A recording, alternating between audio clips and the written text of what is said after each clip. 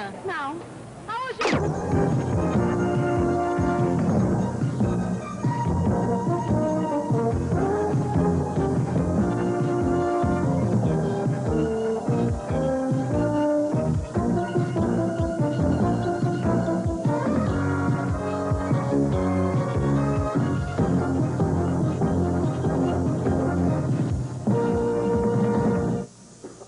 Boa noite a todos. Começa agora, pela Rede Bandeirantes de Rádio e Televisão, o primeiro debate entre os candidatos ao governo do Estado de São Paulo.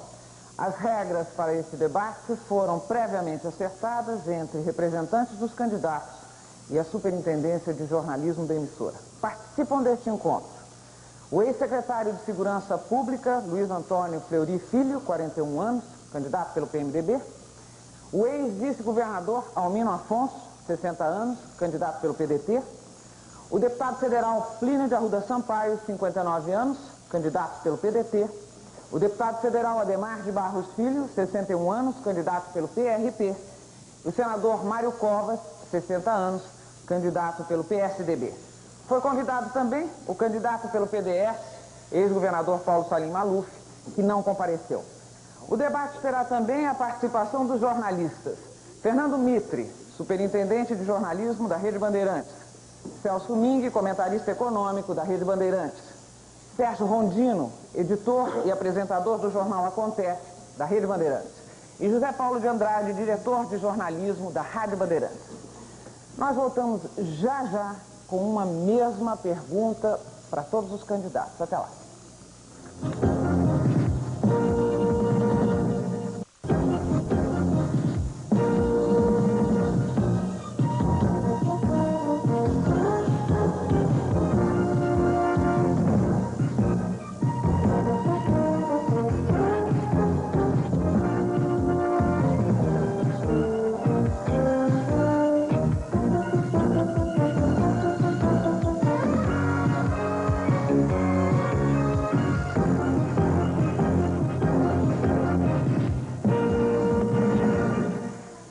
Debate entre os candidatos ao governo do Estado de São Paulo pela Rede Bandeirantes de Rádio e Televisão, e eu já vou abrir esse bloco fazendo duas correções. Cometi 2 deslizes com o mesmo candidato, o deputado Plínio de Arruda Sampaio.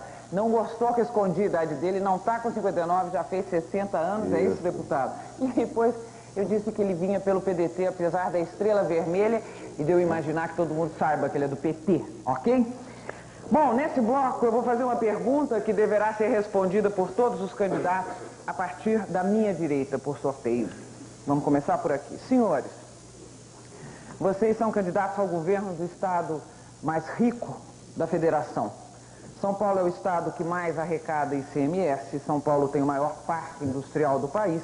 O poder econômico de São Paulo dá ao estado uma grande influência política junto ao governo federal. A pergunta é a seguinte: nos próximos 4 anos o país deve passar por grandes transformações políticas e institucionais.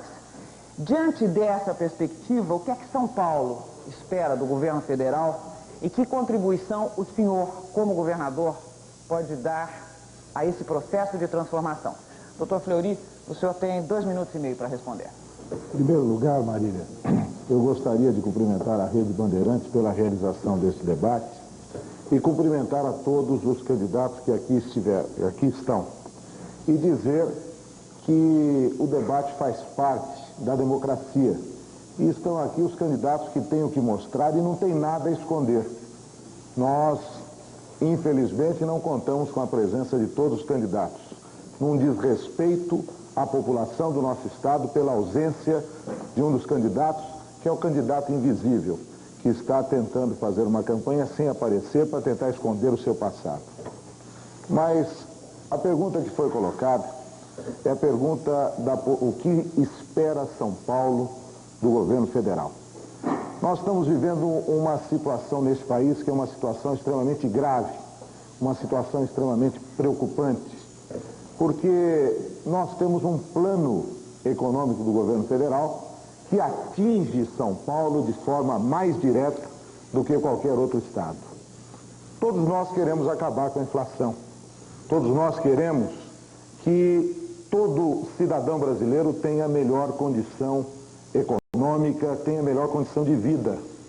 Mas nós não podemos acabar com a inflação à custa do desemprego, à custa da recessão e à custa do arroxo salarial. O governo de São Paulo tem um papel fundamental neste contexto da economia brasileira. Isto porque São Paulo significa grandeza, significa progresso, significa tudo aquilo que resume o que acontece em todo o país. E o governo de São Paulo tem que fazer, impor a vontade do trabalhador de São Paulo, lutando para que se corrija a inflação através do incremento à produção e não através da recessão e do desemprego. Lutando para que medidas que afrontam a Constituição sejam modificadas e que esta insegurança jurídica causada pelo plano do governo federal não afete a segurança do próprio brasileiro de São Paulo. Quando nós temos o bloqueio da poupança, o bloqueio da conta corrente, isso é uma violência praticada contra o cidadão. E o governador de São Paulo deve ter a defesa do seu cidadão e influenciar politicamente para que isto não aconteça. Veja que enquanto em outros estados, nos anos anteriores nós tivemos a paralisação, aqui em São Paulo nós tivemos o progresso nos últimos 3 anos. Progresso através de obras que são realizadas e que impedem que o desemprego se abata sobre o nosso estado de uma forma mais intensa. Mas isso não basta. São Paulo precisa continuar sendo ouvido, porque não se pode falar em plano industrial e não existe um plano industrial, não existe um plano agrícola para São Paulo. E São Paulo tem que ser ouvido para que realmente tudo aquilo que afete a indústria de São Paulo, a agricultura de São Paulo se faça ouvir e exige o direito do trabalhador de São Paulo. Deputado Plínio de Arruda Sampaio, a sua vez, 2 minutos e meio. O senhor quer que repita a pergunta ou está claro? Eu também queria parabenizar a Rede Bandeirante por esse debate e também queria lastimar a ausência de um cidadão que nos debates passados reclamou tanto do não comparecimento de um dos candidatos e que agora está tendo o mesmo procedimento numa atitude covarde. Essa é uma atitude de covardia de quem não quer vir aqui se expor. Porque essa é a vantagem desse debate. A vantagem desse debate é que aqui o candidato não está protegido pelo seu estúdio de vídeo. Aqui ele tem que colocar e ele vai se submeter ao exame dos companheiros, ao exame dos colegas. De modo que é uma atitude antidemocrática de quem se pretende agora, campeão da democracia. São Paulo é o único lugar do Brasil, hoje, onde há condições de articular uma resistência, não apenas contra a recessão, o desemprego e o salário, porque isso é o primeiro momento de uma segunda coisa, muito mais importante, que é um projeto de liberalização que está atrás, que é o projeto de liberalização do governo Collor. E este projeto joga o Brasil fora da história. Este projeto impede que o Brasil entre na terceira revolução industrial. Este projeto condena o Brasil a ser novamente, numa outra fase da história, um país subdesenvolvido, um país dependente, um país excluído do primeiro mundo. E é isso que nós devemos testar hoje aqui. É isso que essa campanha deve servir. Ela deve servir para nós aglutinarmos forças, a força do trabalhador, para dizer, nós não queremos isso no nosso país. Não é que nós não queremos a recessão, o desemprego e a baixa de salário agora. Isso é fácil. Nós não queremos é que o Brasil fique fora da história, como ficou nesses 10 anos. E o Fleury que me desculpe, mas nesses 10 anos aqui, o Brasil parou e São Paulo parou. E São Paulo parou mais do que o Brasil. Nesse período agora, nesses 10 anos, nessa década, a produção de São Paulo cresceu menos do que a produção do Brasil. E a população de São Paulo cresceu mais do que a população do Brasil. Nessa década, nós ficamos 5% mais pobres.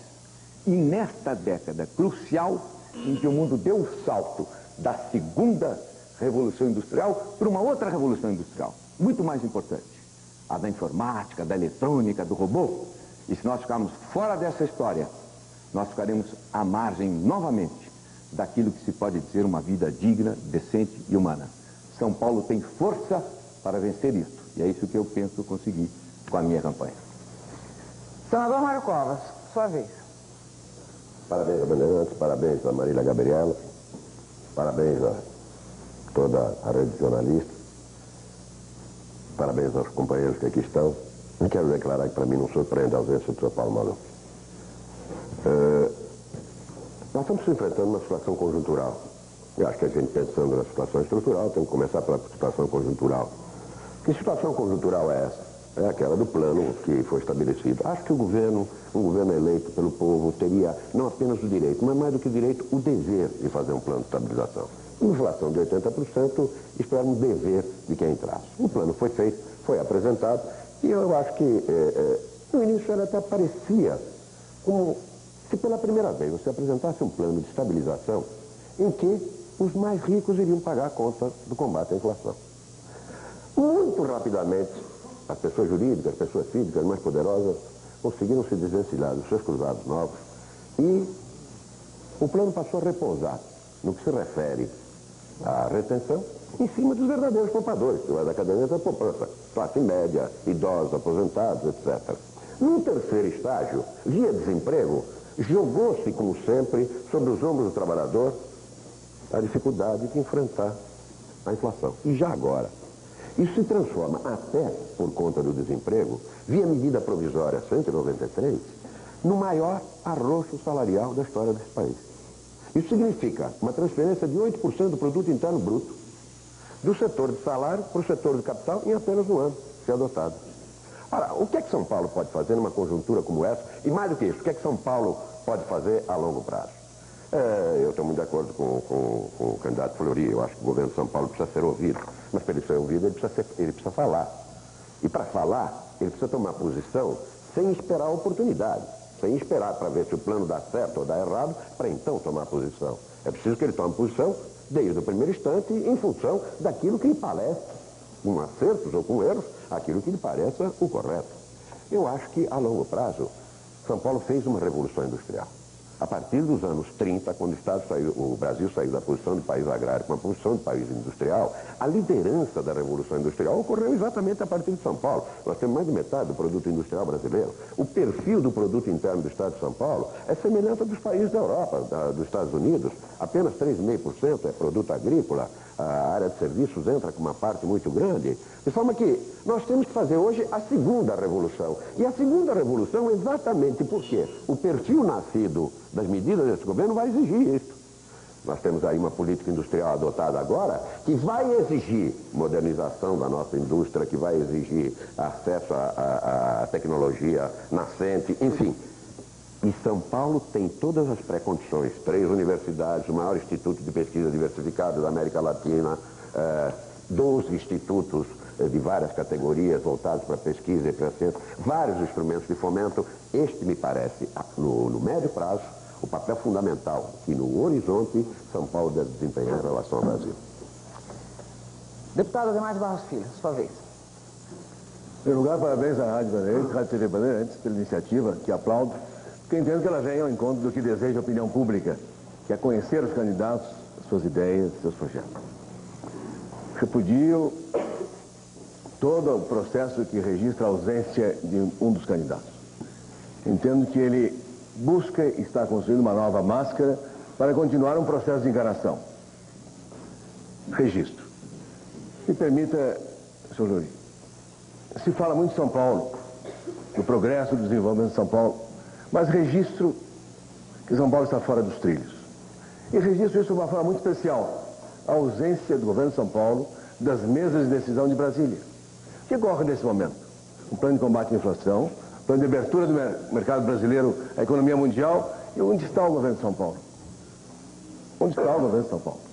Então, é este processo que mostra que São Paulo está fora dos trilhos, que justifica, na defesa que assumi dos interesses do meu Estado, a nossa candidatura e recolocá-lo nos seus verdadeiros trilhos, naqueles que envolvem um compromisso com o progresso social do nosso povo, da nossa gente, que passa por uma verdadeira política de educação, uma verdadeira política de saúde pública, uma verdadeira política habitacional e não de véspera de eleição, como caracteriza o ilustre secretário Murilo Macedo, uma nova política de transporte para quem trabalha e uma política de segurança. Neste conjunto, evidentemente, de políticas sociais, se aliar à convocação do empresariado de São Paulo, que já fez uma revolução industrial, estará apto a fazer uma segunda revolução industrial se for protegido nesse momento de transição. Eu entendo que no momento que se reduzem tarifas industriais, se abre o mercado brasileiro para importação indiscriminada de tudo, entendo que há que defender o patrimônio nacional, sob pena de que haja mais, se agrave ainda mais o problema do desemprego pela concordata e pela falência. Mas onde está o governo de São Paulo? Está absolutamente ausente desse processo, que é o que marca o atual governo, o governo do PMDB, que Vossa Excelência representa. Então, para corrigir todo esse processo, nós justificamos a nossa candidatura, a nossa presença nesse cenário e a busca de uma nova proposta política, que, a rigor, não é nova. Nós a depreendemos do velho movimento ademarista dos anos 40, 50, onde realmente se pôde conciliar com muita inteligência o desenvolvimento econômico com o desenvolvimento social. O que não é possível é aquela velha proposta de um ex-ministro da Fazenda, hoje parlamentar, que dizia que era preciso crescer o bolo para depois convocar o povo para ele participar. Se nós fizermos isso hoje, este mesmo povo vai morrer de fome. Ele não tem tempo de esperar. E nota-se isso em qualquer coisa clara e evidente. Não se morre em hospital, se morre em fila. Então tudo isso mostra que não é possível deixar como está, para ver como fica. É preciso realmente assumir a defesa do Estado de São Paulo e lutar para que São Paulo se torne realmente um Estado do primeiro mundo, o que ele tem condições de fazer. Doutor Almino Afonso, sua vez. Eu também aplaudo a iniciativa da TV Bandeirantes pelo significado democrático deste debate. Cumprimento os companheiros de jornada que aqui estão e peço desculpas por esta voz rouca, apagada, que as circunstâncias da política já me fizeram pagar. E espero que eu possa suprir a deficiência da voz com a alma mais forte.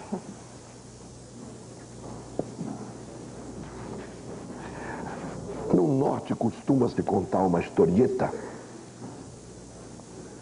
de que o diabo, quando quer meter-se entre os mortais aqui na terra, para disfarçar-se, a primeira coisa que faz é esconder o rabo. Tenho a impressão que é isto que o ilustre candidato ao ausente tenta ao excluir-se de um debate que, a meu ver, é um imperativo de quem democraticamente quer, pelo confronto das ideias e de seus projetos administrativos, colocar-se diante da cidadania para ser escolhido ou não, com a vontade livre de nosso povo. Portanto, somo a voz de todos, a minha voz também, de protesto. Quanto ao tema específico, eu acrescento algumas observações, marcando bem a dimensão de São Paulo. São Paulo paga a metade do que o governo federal arrecada de impostos. É aqui que se paga. E recebe em troco, através do chamado Fundo de Participação dos Estados, algo que não vai além de 1% da sua receita tributária. São Paulo é, no plano da América Latina, o maior país em termos econômicos. Perde apenas para o México. São Paulo tem as dimensões de um país. Entretanto, com frequência, ele é governado como se fosse uma província, sem a altitude que São Paulo tem e que deve expressar-se em termos políticos. Eu não tenho dúvida que toda a demanda social acumulada nesses anos todos supõe um desenvolvimento econômico. E isso não pode se dar com uma política de recessão como a que o governo federal nesse instante realiza. Mas eu somo a minha voz à do Dr. Adhemar de Barros Filho, É absolutamente inaceitável pregar-se um comportamento no amanhã, quando no hoje, sendo como é o doutor Fleury um candidato oficial, o governador do estado cala-se, omite-se e dá a impressão de que o que ocorre em termos sociais, em termos econômicos, contra São Paulo neste instante, por decorrência do plano Collor, ele não percebe, ele não nota, ele não vê. Bom, nós lembramos aos telespectadores, nós, Rede Bandeirantes Rádio e Televisão, que o candidato Paulo Maluf foi convidado, não compareceu a este debate.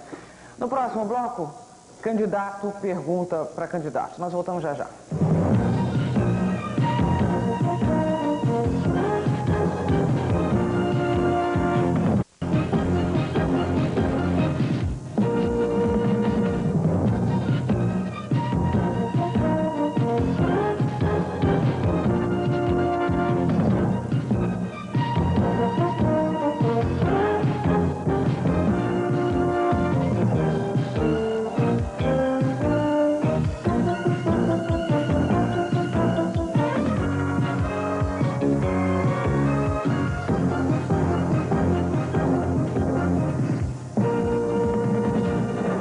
Estamos de volta com o primeiro debate dos candidatos ao governo do estado de São Paulo pela Rede Bandeirantes de Rádio e Televisão. Neste bloco, o candidato pergunta para um candidato de sua escolha. Começando pela minha esquerda, doutor Almino, o senhor tem 1 minuto para uma pergunta e eu gostaria de saber para quem é que o senhor quer fazer. Ao senhor Fleury, filho. Doutor Fleury, então, por favor, o senhor tem 1 minuto. O governador tem compromissos administrativos, mas também políticos. Por isso eu pergunto ao candidato Fleury, se o acaso natural da vida pública o levar ao governo de São Paulo, e os professores, às centenas, quiserem ir ao Palácio dos Bandeirantes para apresentar-lhe as suas reivindicações, ele voltará a jogar contra os professores a carga dos cavalarianos da Polícia Militar, como fez como secretário de Segurança? Essa é a sua pergunta? É a pergunta. Doutor Fleury, o senhor tem 2 minutos para responder. Em primeiro lugar, antes de entrar especificamente nessa resposta, eu gostaria, já que foi citado o governo do meu partido, de responder ao senador Mário Covas, ao deputado Ademar de Barros Filho e ao doutor Almino, com relação à questão da posição do governo de São Paulo. O governo de São Paulo... Só um detalhe, o senhor está sabendo que esse seu tempo está correndo pelos 2 minutos de resposta. Pois não. Okay. Agora eu gostaria do intervalo da sua interrupção, por favor, que fosse concedido para mim esse intervalo. Tá bem. Tá? Concedido. Então, eu gostaria de colocar que o governo de São Paulo está investindo 3 bilhões de dólares ao ano e fez um plano anti-recessão que está sendo acompanhado por integrantes da sociedade civil e não tem se omitido, ao contrário de pessoas que não comparecem muitas vezes para votar quando deveriam. Agora, eu gostaria de responder a pergunta do Dr. Almino. Como secretário da Segurança, eu enfrentei mais de 40 greves diariamente, em média. Mais de 150 greves cheguei a ter num único dia. E os incidentes foram pouquíssimos. No caso específico a que se referiu Sua Excelência, o que nós tivemos, eu chamaria a atenção do telespectador para isso. Nós delimitamos o local onde não poderia haver nenhum tipo de manifestação. Palácio dos Bandeirantes e Avenida Paulista, onde existem 18 hospitais e que, inclusive, nós já tivemos pessoas que morreram dentro de ambulâncias em razão de manifestações. E exercemos a autoridade. Agora, o que houve foi provocação, não de professores, que eu respeito os professores do meu estado.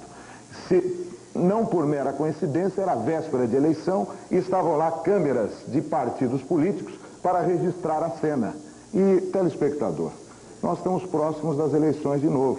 Pode ser que tentem repetir a mesma jogada para dizer que está havendo violência por parte da polícia, quando na realidade os provocadores que estavam lá não eram professores e não houve agressão a professores nem carga de cavalaria. O que houve foi, na verdade, uma provocação que foi feita porque A autoridade não pode ser violada. O senhor tem direito a 1 minuto de comentário. Comentário direto e claro. Em primeiro lugar, eu não concordo que tenha havido, naquela tentativa dos professores de chegar ao palácio, uma carga de provocadores. Eu os recebi, por exemplo, dias depois, e as dezenas eram professores, inclusive militantes do PMDB, do qual eu participava à época. O doutor Fleury, à época secretário de Segurança, há de recordar-se que eu, quando assumi o governo do Estado, na ausência do governador Quércia, o chamei ao meu gabinete, a ele, ao coronel, chefe da Polícia Militar, e ao delegado-geral da Polícia Civil, e lhes dei instruções para que retirassem de imediato os policiais em torno do palácio e permitissem que os professores livremente chegassem lá. Eles chegaram às centenas. Eu os recebi 3 vezes no palácio nos 20 dias que lá estive como governador, tudo num clima de ordem e de absoluto respeito.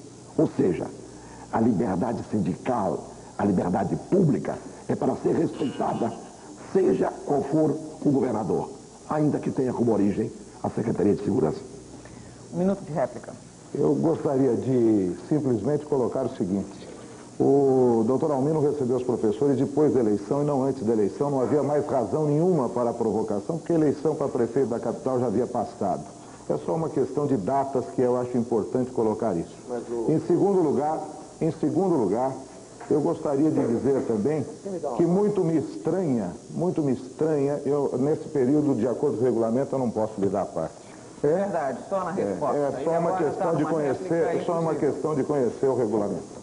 Mas eu gostaria de, terminando a minha réplica, de dizer que muito me estranha, inclusive, a posição inicial do doutor Almino, que cortejou o apoio do governador Quércia durante 3 anos e, depois que saiu do partido, agora se coloca numa posição frontalmente contrária.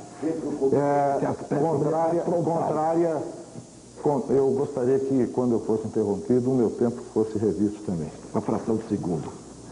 E gostaria de dizer também que a autoridade deve ser preservada. Eu respeito o direito de greve. O direito de greve termina no direito daqueles que querem trabalhar e no respeito à autoridade. Como governador, as grades do palácio serão respeitadas. Deputado Ademar de Barros Filho vai fazer pergunta para quem? Senhor Fleury. 1 minuto de tempo para o senhor, então. Não será questão policial, senhor Fleury. Eu entendo, senhor Fleury, que nós podemos avaliar um governo sob muitos pontos de vista. Um deles que eu reputo dos mais importantes, ao lado do problema da ordem pública, é o direito à vida. Mas eu busco o direito à vida num indicador que é muito importante em São Paulo. O secretário de Estado no governo Paulo Egídio Martins, naquele governo, a queda da mortalidade infantil em São Paulo foi da ordem de 31%. Também trabalhou-se profundamente no saneamento e se conseguiu algo expressivo. Muito bem, de 87 para 88, o governo Quércia conseguiu aumentar, em lugar de reduzir, aumentar, de 33,1 para 33,5. Os números são pequenos, mas são indicadores que mostram que alguma coisa está errada em São Paulo. Faltam recursos? Evidentemente que não. Onde é que eles são? Certamente não estão onde deveriam estar, isto é, saneamento, assistência médica hospitalar, maternidade. Eu mesmo visitei a maternidade de Leonor Mendes de Barros há pouco tempo. Eu a vi parcialmente desativada. Vi salas bloqueadas, o que mostra que a saúde pública não é o forte do governo do PMDB. Então, nessa altura, eu queria saber do ilustre candidato como justificar a queda, a ausência de queda que sempre foi honra em São Paulo. E nesse, o seu governo deixou de existir. Em primeiro lugar, esses dados não conferem com a realidade. Houve uma queda no índice, o índice de mortalidade infantil hoje é de 31 por 1000, e não como Vossa Excelência acabou de colocar. Começou a subir? Não começou a subir, não, caiu. Se nós fizermos uma comparação com todos os governos anteriores, nós vamos ver que há uma queda acentuada, eu posso mostrar também, eu tenho os dados aqui também, posso exibi-los. Há uma queda acentuada com relação à mortalidade infantil no nosso estado, graças aos investimentos que estão sendo feitos. Gostaria de chamar a atenção para o seguinte: se nós fizermos uma comparação com os governos anteriores, os investimentos que estão sendo feitos em matéria de saúde São investimentos maiores do que qualquer governo anterior. No governo Maluf, por exemplo, houve uma diminuição de 4% para 3% do percentual de participação da Secretaria da Saúde em termos do orçamento do Estado. No governo Montoro, isso foi de 3% para 4%. E no governo Quercia, passou-se de 5% para 9,5% sem os SUDs e de 6% para 12% se nós levarmos em conta os recursos dos SUDs. Isto mostra que o investimento está sendo feito e está obtendo resultados. Os índices que aí estão, a questão da vacinação feita praticamente cobrindo todo o Estado, a questão dos índices de mortalidade infantil, que são índices menores do que qualquer governo anteriormente, todos os indicadores mostram que o investimento que está sendo feito na saúde está surtindo seus efeitos. É claro que há problemas, ninguém nega que a carência de saúde que existe no estado de São Paulo e no Brasil, isso ninguém pode negar. Mas o SUDES, que é uma experiência que está dando resultados, apesar de estar caindo a participação do governo federal nas verbas que são destinadas. Está dando bons resultados e queda no índice de mortalidade infantil, ao contrário do que afirma Vossa Excelência. 1 minuto de comentário, por favor. Os números estão aqui à disposição de quem quiser ver. Eles mostram com clareza que a variação é pequena, mas houve um aumento. Mas é evidente que a saúde pública não é o forte do governo Quercia.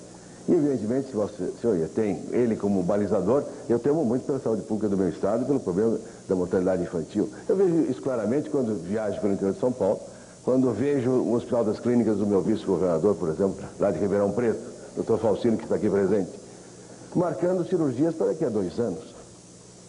Evidentemente, num estado de carência que não se justifique, é um hospital-escola, de caráter regional, que revela um quadro de descalabro que mostra que a saúde pública definitivamente não é o seu forte.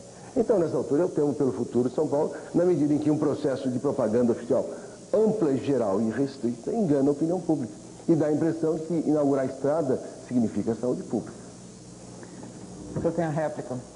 Eu até fico satisfeito em ver que o doutor Adhemar já me considera eleito, porque diz que tem pelo futuro como eu, como governador. Mas isso é apenas um detalhe. Mas eu gostaria de colocar o seguinte: o governo Quercia está investindo e muito na área da saúde. Há problemas. O principal problema é a questão salarial que envolve os vários setores da saúde, já que nós temos salários diferentes para as mesmas funções, no município, no estado e também aqueles servidores da União que trabalham no setor de saúde. A solução é muito simples. No meu governo nós teremos uma fundação que vai proporcionar realmente que haja uma solução para esse problema salarial. Vamos cuidar também de manter o investimento em 10% do orçamento em saúde, como está sendo feito. E principalmente cuidar da política preventiva em matéria de saúde, que é a política da vacinação, é a política da prevenção da saúde bucal, da saúde, da saúde de uma forma geral. Eu acredito realmente que a proposta que temos para a saúde é a melhor proposta para São Paulo. Bom, aqui nós vamos fazer um intervalo e no próximo bloco os perguntadores serão os candidatos à minha direita. Até já.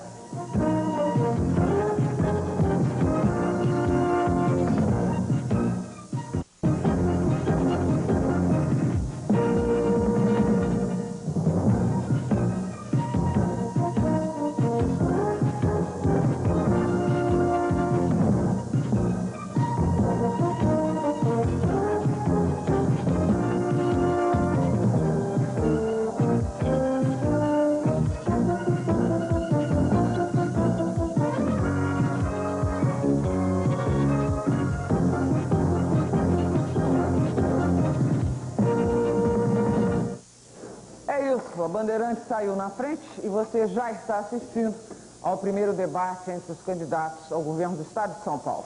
Continuando o esquema do bloco anterior, de candidato fazendo pergunta para candidato, agora é a vez do doutor Fleury. O senhor tem 1 minuto para a sua pergunta. Para quem vai ser a pergunta? A pergunta é para o senador Mário Covas. Senador, no segundo turno da eleição presidencial, havia 3 posições possíveis. apoiar o Collor, apoiar o Lula ou não apoiar nenhum dos dois candidatos. O senhor acabou não assumindo para valer nenhuma das posições. Demorou para apoiar o Lula. Quando apoiou, subiu no palanque com o Lula, mas disse que o Lula eleito, no dia seguinte, o senhor estaria na oposição ao governo do Lula. Eu pergunto ao senhor, afinal, o senhor apoiou o Lula ou, na verdade, isto acabou beneficiando o Collor? 2 minutos para a sua resposta. A pergunta seria até interessante se a gente tivesse alguma posição do candidato Fleury. Esse eu tenho certeza que não apoiou ninguém. Mas, de qualquer maneira, com relação à minha posição, ela é clara. Realmente, como você disse, podíamos tomar 3 posições. Não apoiar ninguém, que até é uma posição muito ao gosto de Vossa Excelência. Não apoiar ninguém significa ficar em cima do muro, não é? Mas eu acho que não cabe tomar essa posição em política. Em política a gente precisa tomar posição. O meu partido o que fez foi, uma vez passado o primeiro turno, eu declarei, saindo da porta da minha casa para o conjunto de jornalistas que estava ali, que o meu partido estava preparado para ir para o segundo turno. Uma vez não tendo ido, ia se reunir para decidir o que fazer. Evidentemente que nós afastamos desde logo a hipótese de não apoiar ninguém. Nos reunimos em Brasília, desqualificamos a hipótese de apoiar o Collor e dissemos, autorizamos a nossa direção a negociar com a Frente Brasil Popular, que não sei se Vossa Excelência sabe, a razão da existência de 2 turnos é para que entre o primeiro e o segundo turno, os 2 candidatos que sejam colocados possam negociar pontos programáticos para obterem apoio, a menos que a proposta isolada tenha os 51%. Nós decidimos pelo apoio ao Lula e manifestamos discordâncias frontais com certos programas da Frente Brasil Popular. E eu disse a jornalistas que me perguntaram qual seria a posição da gente se não houvesse mudanças no programa da Frente Brasil Popular, já que não havia tempo até o dia da eleição para discutir isso. Eu disse, se não houver um mínimo de modificações que possam compatibilizar com o apoio do PSDB, nós estaremos na oposição. Não há nada de extraordinário nisso. Isso é decorrência de alguém que tem consciência que, tendo 8 milhões de votos, tem a obrigação de dizer para o eleitor que votou nele que posição assume. O eleitor que votou no PSDB tinha o direito de perguntar a nós, e nós tínhamos o direito, tínhamos a obrigação de responder que posição nós tomamos. Nós assumimos a posição, tomamos essa posição, e realmente, com modéstia, afinal, não sou nenhum era o governador do estado, que eu não vi nenhum palanque. Foi ao palanque do Lula, naturalmente, nós apoiávamos aí. 1 minuto de comentário. Eu só gostaria de registrar que apoiar significa estar ao lado de uma pessoa e apoiar de um lado e depois, ao mesmo tempo, dar uma declaração dizendo que o apoio não é bem este, fica uma indecisão de qual a posição que foi tomada, afinal isso acaba confundindo o eleitor e a posição tem que ser sempre uma posição muito firme e decidida daquilo que deve ser feito. Cara, você tem autoridade para falar em firmeza. Exatamente. Faz favor de não interromper. Eu interrompo. Da mesma forma que Vossa Excelência me interrompeu outra vez. Faz favor de não interromper. Preserve-se a sua posição. Olha, titubeio é a sua posição em relação à pena de morte. Isso aqui é titubeio. Não é titubeio, muito Isso aqui é titubeio. Vossa Excelência declara, na visão de 9 de 87, sou contra, não por motivos éticos ou religiosos, mas por motivos práticos. Não entendi bem o que é isso. Será por causa do concurso do Carrasco? O Carrasco vai ser admitido por concurso ou é afilhado de alguém? É prova de títulos ou prova prática? Será por esta razão que Vossa Excelência... Eu até entendo que não seja por motivos éticos. Até pensei que fosse por motivos religiosos. Mas logo em seguida, na Folha da Tarde, vem: defende pena de morte contra sequestro seguido de morte. Depois, no Jornal da Tarde: favorável à pena de morte nos casos que a vítima do sequestro sofra privação da liberdade. E daí vai indo, vai indo, vai indo, vai indo. Isto é que se chama oportunismo. É o instante em que a gente nota que há uma certa variação da opinião pública e vai caminhando para aquela direção. Isso é que é oportunismo. Eu simplesmente tomei a posição e até paguei um preço por isso. Mas não me importa. Eu acho que política é assim. a gente faz o que a consciência dita. Agora é a vez do candidato Plínio de Arruda Sampaio. Só vai fazer pergunta para quem? Também para o senador Mário Covas. Eu queria antes fazer uma observação sobre essa interferência que eu fiz na pergunta do Fleury, porque eu acho que não se pode fazer uma acusação genérica para aquela manifestação dos professores, sem dizer claramente quem é que estava provocando. E quero dizer que fiz essa observação porque me pareceu importante. Agora, eu queria fazer a pergunta para o Mário da seguinte maneira, Mário. Com a responsabilidade que ele tem dos 8 milhões de votos dele, dos milhões de votos que ele teve para presidente da República, eu queria saber o seguinte. O plano Collor tem 2 tempos. Um tempo é esse, que todo mundo desceu o pau aqui. Todo mundo desceu o pau à vontade. Ficou genida essa história. Agora, que a recessão, o desemprego, o aviltamento do salário. Mas ele tem um segundo tempo. Isso tudo é necessário para um segundo. O segundo é que é importante, que é o sucateamento da nossa indústria e que é a concentração de renda.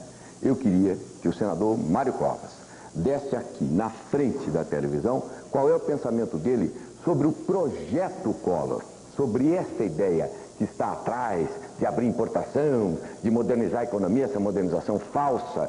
Eu queria que ele desse claramente pelo seguinte: em alguns casos, isso não fica claro na posição do PSDB.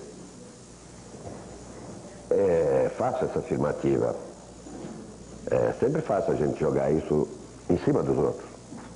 A posição do PSDB é muito clara a esse respeito. Evidentemente que, do ponto de vista de política internacional, do que se refere à política industrial, etc., alguma coisa teria que ser feita e tem que ser feita no sentido da modernização. Um dos caminhos é uma política industrial de abertura. Uma política industrial que o meu partido, faria mediante, inclusive, negociação, de tal maneira que você estabelecesse um prazo, e é nisto que eu dizia inicialmente, entre o papel extraordinário que São Paulo pode desempenhar no que se refere à modernização tecnológica, que possa permitir à indústria de São Paulo, não ao sucateamento a que ela ficará condenada, mas sim a uma adaptação, a uma modernização que lhe permita enfrentar corretamente a concorrência que está aí pela frente. O projeto do Collor é difícil dizer. Hoje, me parece que do ponto de vista político, o Collor, que inicialmente, e que até foi eleito, por uma ambígua coligação entre a direita e os chamados descamisados, e é verdadeiro isso, até me parece que o projeto político dele se apoia necessariamente nos setores mais conservadores. Mas projeto político eu não consigo visualizar. Eu não sei o que nós temos em matéria de investimento para o futuro, eu não sei por que o plano não veio associado, por exemplo, aos leilões, eu não sei por que o plano não veio associado tal qual a medida provisória, ou o projeto de conversão da medida provisória feito no Congresso e não aprovado, da 168, que previa, primeiro, uma fiscalização pelo Congresso do plano, segundo, um projeto de investimentos, terceiro, o salário de desemprego, quarto, a possibilidade de você ganhar uma estabilidade por um certo período para as empresas que pedissem dinheiro emprestado. De forma que, com relação ao projeto global, é difícil dizer, é difícil você visualizar que projeto existe. A política industrial em si me parece concebida às pressas, me parece concebida para objetivos muito próximos ou muito mais próximos do que a indústria brasileira possa suportar. E isso, se o PSDB tivesse ganho o governo, certamente que nós tomaríamos posição em relação a estes objetivos, inclusive a revolução de natureza tecnológica, que afinal seria fundamental para que isso ocorresse, mas não na dimensão ou na maneira com que está sendo feito nesse governo. Quanto a projeto, é difícil dizer. Eu, na realidade, não visualizo projeto de desenvolvimento para este país. O senhor tem 1 minuto de comentário. Olha, é aí que nós temos uma divergência. E eu espero que nessa campanha, nós vamos ter mais 6 debates, a gente possa discutir isso mais a fundo. A verdade é a seguinte: nós estamos convencidos de que esse plano é nefasto para o nosso país, é cruel para o nosso país. E a gente fica assustado, um homem da respeitabilidade do senador Covas faz isso. Não, eu fico na dúvida, eu não sei bem se é, se não é. E, na verdade, nós temos que bloquear esse plano agora. E é isso, por exemplo, que eu fico um pouco assustado.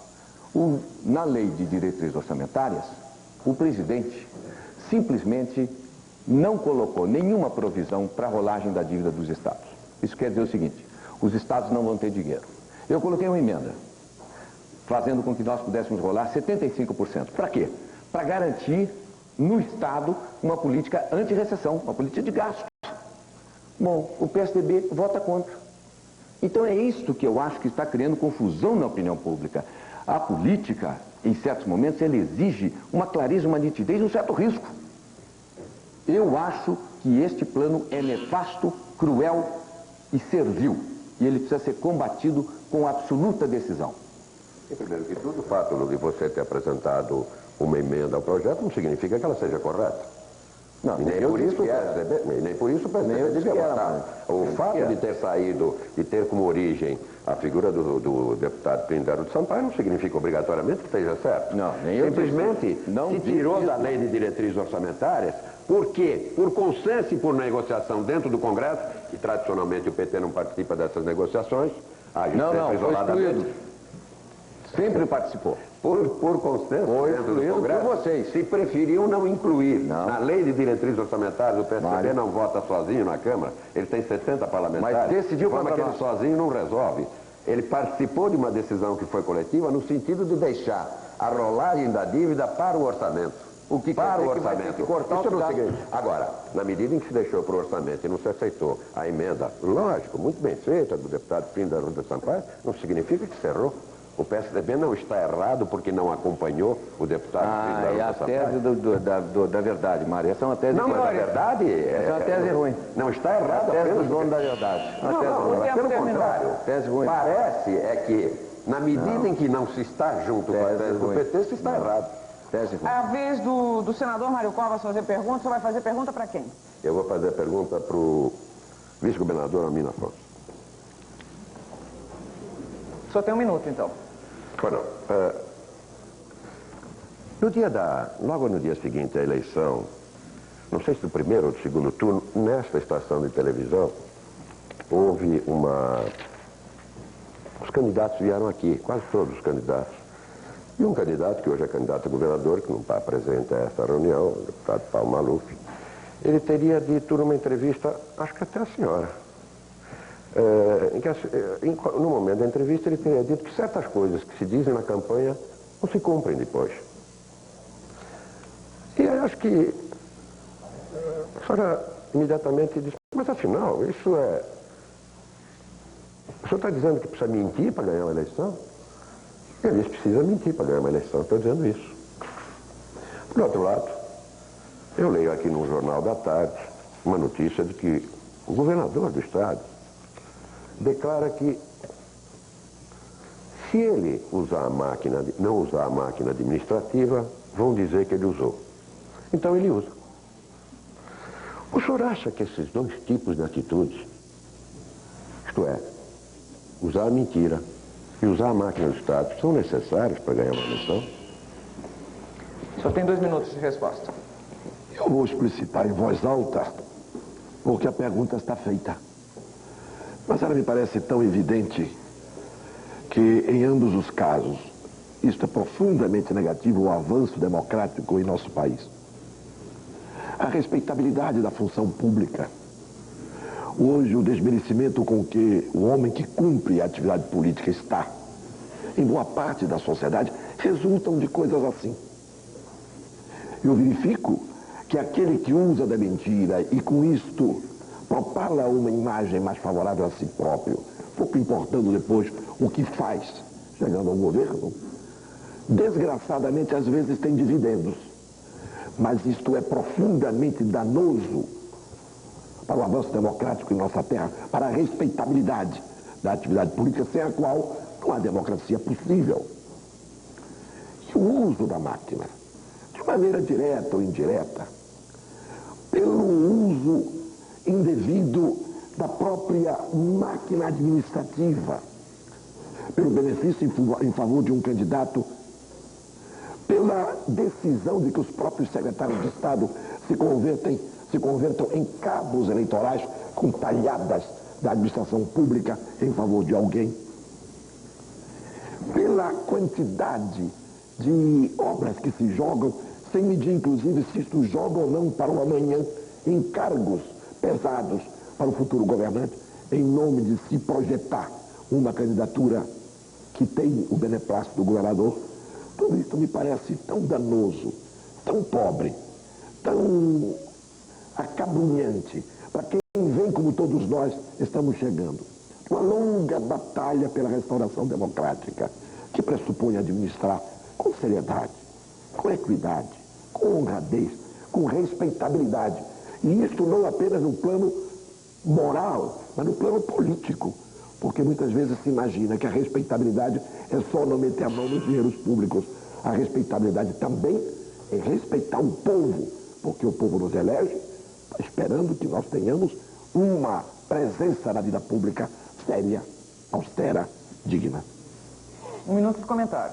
O governador Afonso me deixa em situação difícil, porque eu concordo inteiramente com o que ele diz.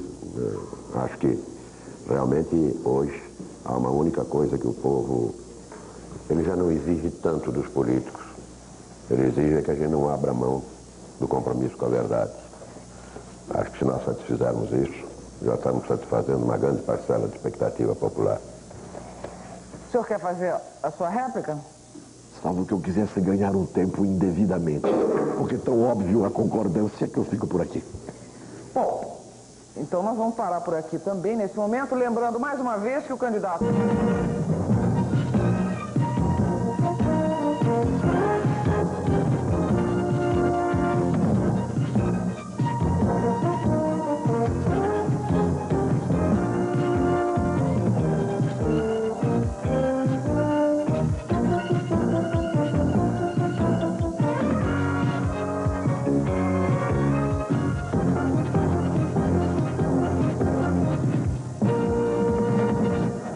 Você está assistindo pela Rede Bandeirantes de Rádio e Televisão ao primeiro debate entre os candidatos ao governo do Estado de São Paulo. Nessa parte do programa, quem pergunta são os jornalistas que escolhem também um outro candidato para comentar a resposta. Atenção, senhores, nenhum candidato pode ser perguntado mais de uma vez. Agora, para comentar, tudo bem, pode ser repetido, ok? Fernando Mitre, uma pergunta de 30 segundos para quem, com comentário de quem? Eu quero perguntar para o candidato Fleury com um comentário do candidato do PT, Dr. Plínio Arruda Sampaio. Eu quero falar sobre pena de morte mesmo, Dr. Fleury. Eu gostaria de saber, primeiro, se o senhor é a favor da pena de morte. Segundo, em que circunstâncias. E terceiro, se o senhor acha que, no caso de ser a favor, se com pena de morte haveria menos crime, menos violência em São Paulo. Quer dizer, como é que o senhor incluiria a ideia da pena de morte no seu projeto de governador para a área de segurança? Bom, em primeiro lugar, a questão da pena de morte não é assunto para ser debatido numa candidatura a governador de São Paulo. Ao contrário do que foi colocado, não há nenhuma posição oportunista minha com relação à pena de morte. Minha posição é muito clara. E, realmente, se nós pegarmos algumas outras manifestações anteriormente, nós vamos verificar que eu sempre disse que eu nunca fui contrário à pena de morte. Só entendo, e entendo aqui também, que antes de se pensar na pena de morte, nós devemos pensar em fazer cumprir as penas desse país. É isto, em primeiro lugar, acabar com a impunidade. Esse é o primeiro ponto que precisa ser colocado. Reformulando todo o sistema de administração da justiça. E, em segundo lugar, se nós modificarmos a justiça, ainda assim persista a questão da violência e da criminalidade, aí a pena de morte seria um remédio extremo. Como eu sempre disse, eu não sou contra a pena de morte. Eu entendo que a pena de morte deve ser colocada como um recurso extremo. E, em último caso, se realmente nós não tivermos outro tipo de solução através de fazer com que a justiça realmente funcione, a polícia também. Pois não, cedo a parte. Não, eu entendi que o senhor não concedeu a parte, que a parte teria que ser concedido no momento em que foi pedido. Eu reitero pedir a parte. Eu sinto muito, já passou o tempo da parte. O senhor teria que ser concedido no momento e o senhor teria direito a mais um minuto se tivesse concedido na hora. Entendi que o senhor não concedeu o seu comentário, por gentileza. Eu tenho 2 minutos para esse comentário e vou gastar o primeiro para fazer uma retificação do nosso debate anterior, porque não convém levar para casa. Eu não disse aqui que a minha emenda tinha que ser aprovada por ser minha. Essa resposta tangencia o problema real. O que eu quis dizer aqui é que o PSDB, ao votar a lei de diretrizes orçamentárias, como quer o governo Collor, ele reforça a lógica do plano Collor, quando a hora é de somar esforços para derrotar o plano Collor, a fim de que não venha o projeto Collor que está atrás. Agora, Tá corrigindo, o senhor tem um minuto. você me perdoe, hein?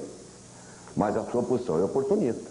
Porque você diz que é e que não é. Não, eu não disse. Então eu vou dizer para você, a pena de morte hoje, dado que está todo mundo muito assustado com a criminalidade, é um assunto delicado de você ser contra, porque muita gente foi pelos afanágios, jazares da vida, já foi ganha para essa ideia, para os amarais mestres da vida. Mas olha, eu tenho aqui comigo um dado da American Scientific Review, de julho de 90. A pena de morte foi abolida na França, na Holanda, na Itália, na Austrália, na Noruega e em Portugal. Havia e deixou de haver. Só os Estados Unidos mantêm em alguns estados. E ela, de maneira nenhuma, diminui a criminalidade. Ao contrário, tem uma estatística mostrando que nos meses que se seguem a execução aumenta a pena de morte, o crime de violência, porque ela traz a violência para a sociedade. O senhor tem um minuto de réplica. Eu gostaria de dizer, em primeiro lugar, que a questão da pena de morte é uma questão puramente de convicção pessoal. Eu jamais trouxe isso para discussão dentro de campanha para governador do estado. Isso me tem sido perguntado e eu não vou fugir das minhas posições. Eu não vou fugir. A pena de morte no Brasil, ela só poderia ser instituída se depois que outras medidas não cumprissem a sua finalidade. Agora, eu sou favorável, nunca escondi isso e sou favorável à pena de morte. Agora, isso não quer dizer que eu esteja pregando a pena de morte nesse momento. São coisas diferentes. Não tem nenhuma posição de oportunismo e aproveito até para uma citação que me parece importante. Se falou em oportunismo, mas veja que apenas também para registro e aproveitando esse momento.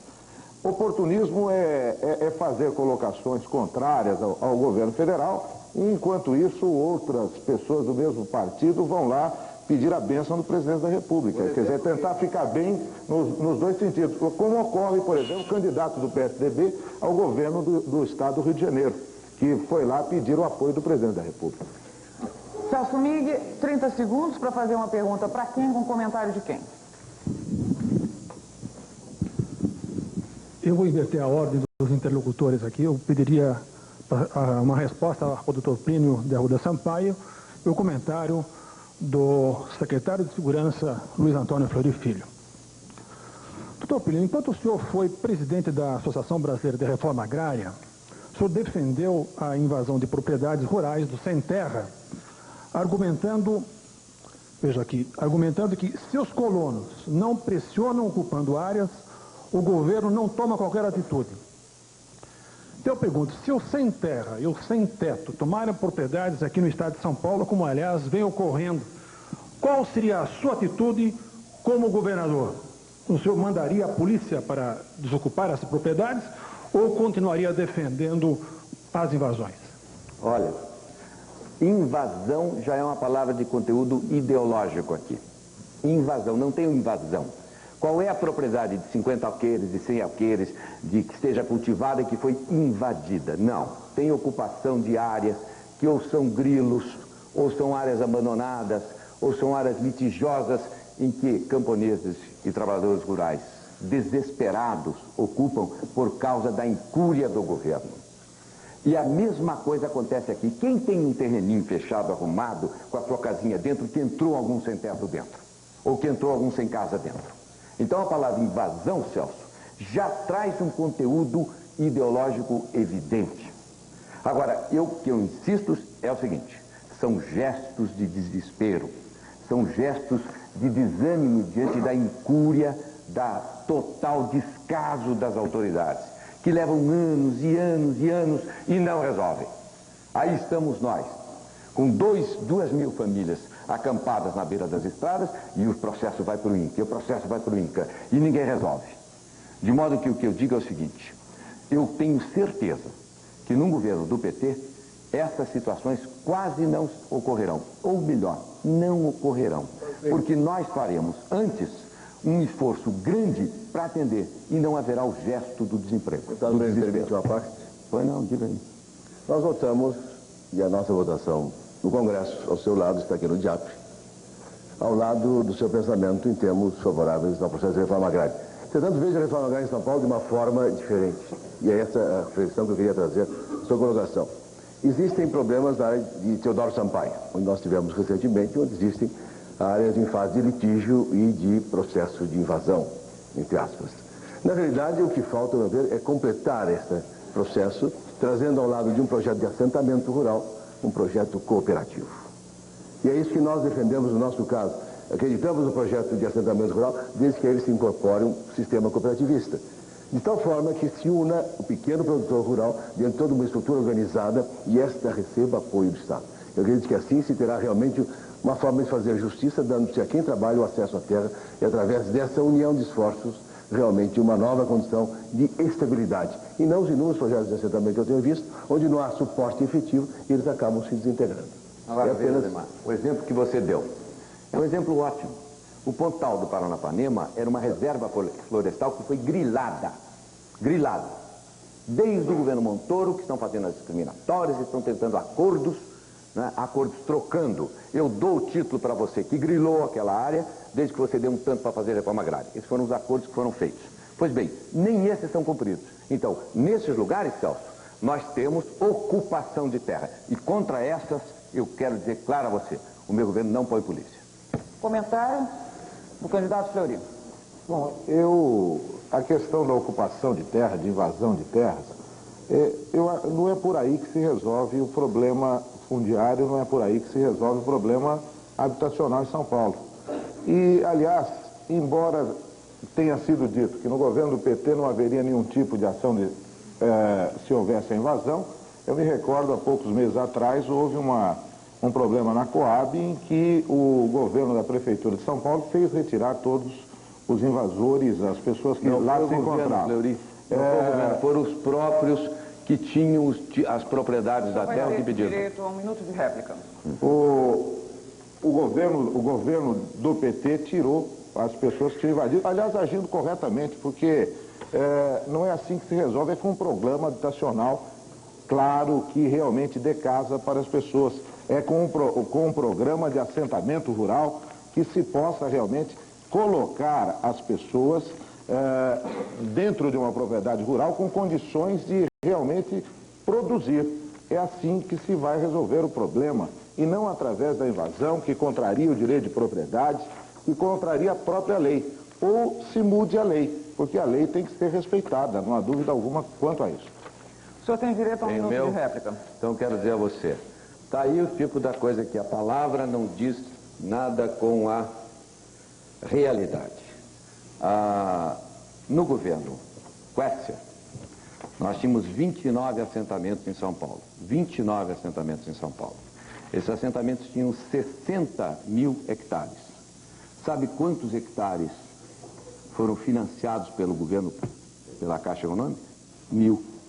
59 mil hectares em poder hoje dos assentados, simplesmente foi abandonado. Os 29 assentamentos do estado de São Paulo estão absolutamente abandonados em estado de pobreza, por falta de assistência do governo do estado, porque o governo do estado não quer fazer reforma agrária. Porque se quisesse, teria feito isso. E se quisesse, teria dado os títulos de posse corretos na região do Vale da Ribeira. Se quisesse, teria dado terra no Pontal do Paranapanema, tirando grileiros que ocuparam aquelas terras, e, sobretudo, teria feito o que você disse que fez e que não fez. Foi feito. Mais de 1.300 títulos foram entregues para o Vale do Ribeira. 29 assentamentos. Fleury, aos números. 29 assentamentos, 2.840 famílias, 69 mil hectares de terra. Só 1.700 hectares de terra receberam crédito de custeio e nenhum de investimento. Está o número aqui, nós temos as TVs amanhã, vamos provar isso. O tempo, por favor. Sérgio Rondino, pergunta para quem com comentário de quem? A pergunta é para o ex-vice-governador Almino Afonso. O comentário é do ex-secretário Fleury. Doutor Almino, eu vou tocar num assunto que foi tocado aqui en passant nesse debate já, mas é necessário porque certas coisas é meio complicado para a opinião pública entender. O senhor está nesse debate com um discurso claramente de oposição ao governo estadual. a sua própria propaganda eleitoral tem usado como slogan algo como São Paulo nos trilhos, o que levaria a supor que a locomotiva teria sido descarrilada pelo atual governador do estado. Bom, o que eu gostaria de lembrar é o seguinte, é que o senhor foi copiloto, para ser mais exato, co-maquinista dessa locomotiva ao se eleger vice-governador do governador Orestes Quercia. Eu suponho que o senhor tenha participado da elaboração do programa e o defendeu do programa do governo e até o defendeu em praça pública. Não é? No entanto, o senhor, depois de algum tempo, rompeu com o governador Quercia após ter sido a sua candidatura pelo PMDB vetada pelo governador. Minha pergunta é a seguinte, o que é que mudou? Quem é que mudou, doutor Almino Afonso? O senhor ou o governador? Eu começo estranhando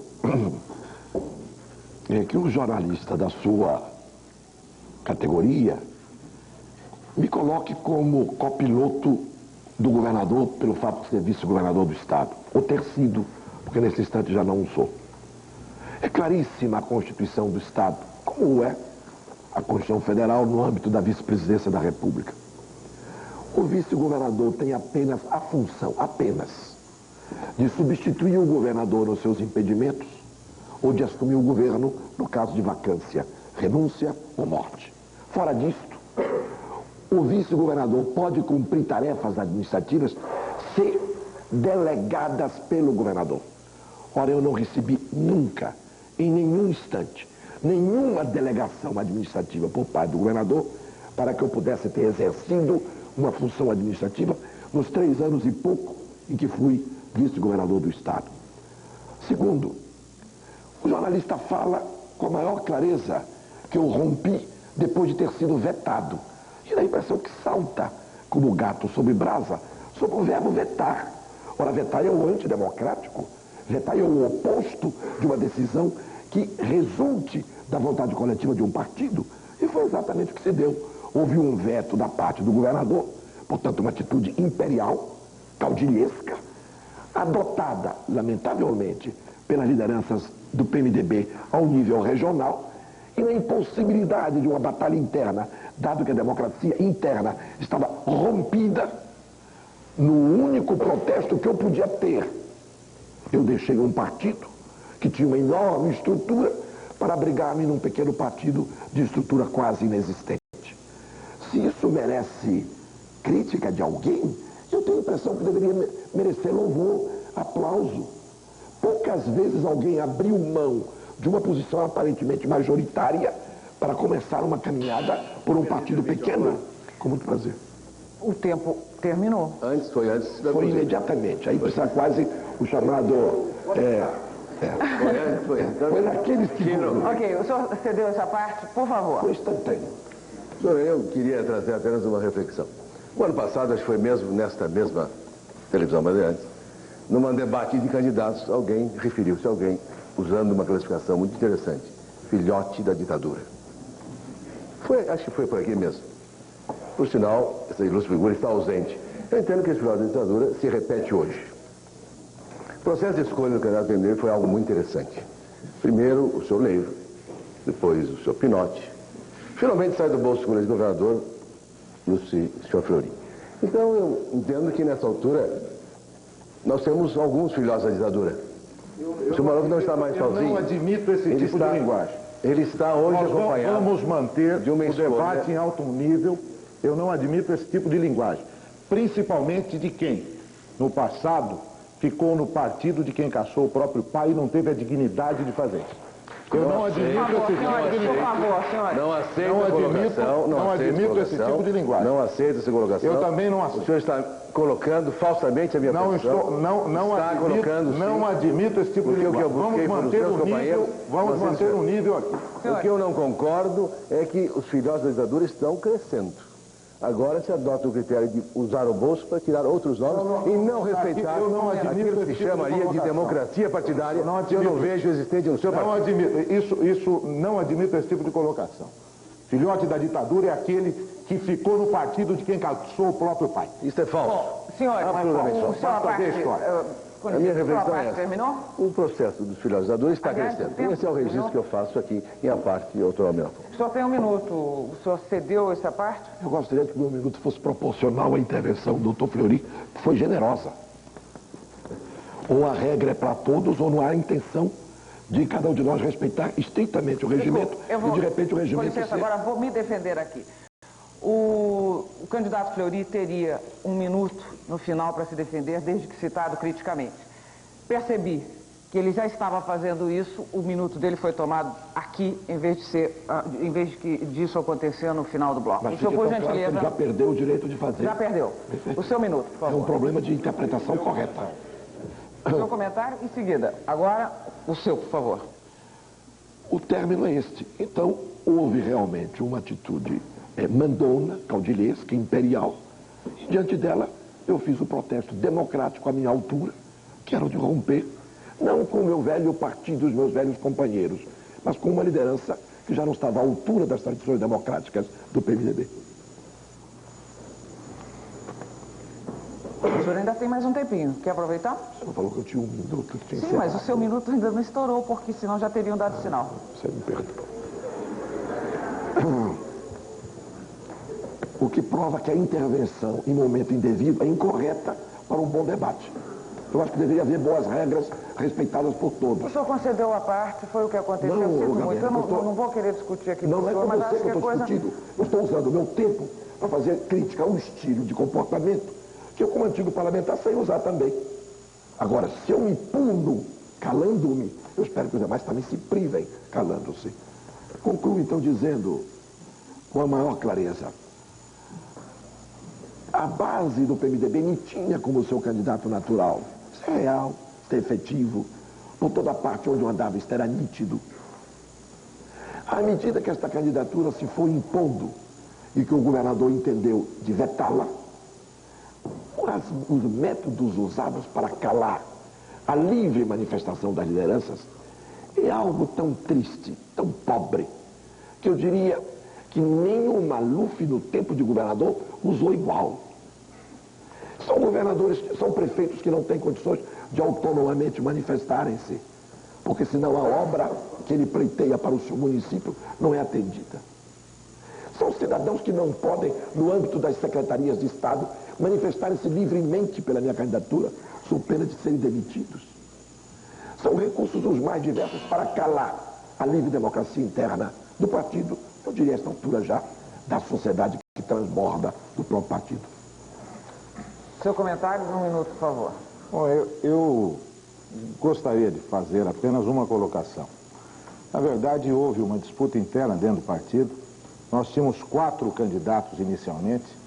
Esses 4 candidatos chegaram a um ponto de impasse e a executiva do partido levou o problema até o governador, que ouviu inúmeras lideranças dentro do partido, e aí surgiu o meu nome. Se o doutor Almino Afonso era o candidato natural do partido, estranha que ele tenha saído do partido e não tenha levado ninguém com ele, porque na verdade isso ocorreu. Se esta fosse a liderança, a candidatura natural, isso teria ocorrido sem dúvida alguma. Agora, o que ocorreu na verdade é que houve manifestações, aconteceram manifestações de apoio à minha candidatura por toda a bancada estadual de São Paulo, por toda a bancada federal de São Paulo, em torno do meu nome. O comparecimento na convenção do PMDB que sufragou o meu nome foi um comparecimento nunca visto no partido. Então, a democracia interna seria disputar dentro da convenção do partido e não sair do partido na primeira dificuldade que surgiu. O senhor tem um minuto de réplica. Como eu tenho mais tempo de vida pública, talvez o Dr. Fleury pudesse respeitar o meu passado.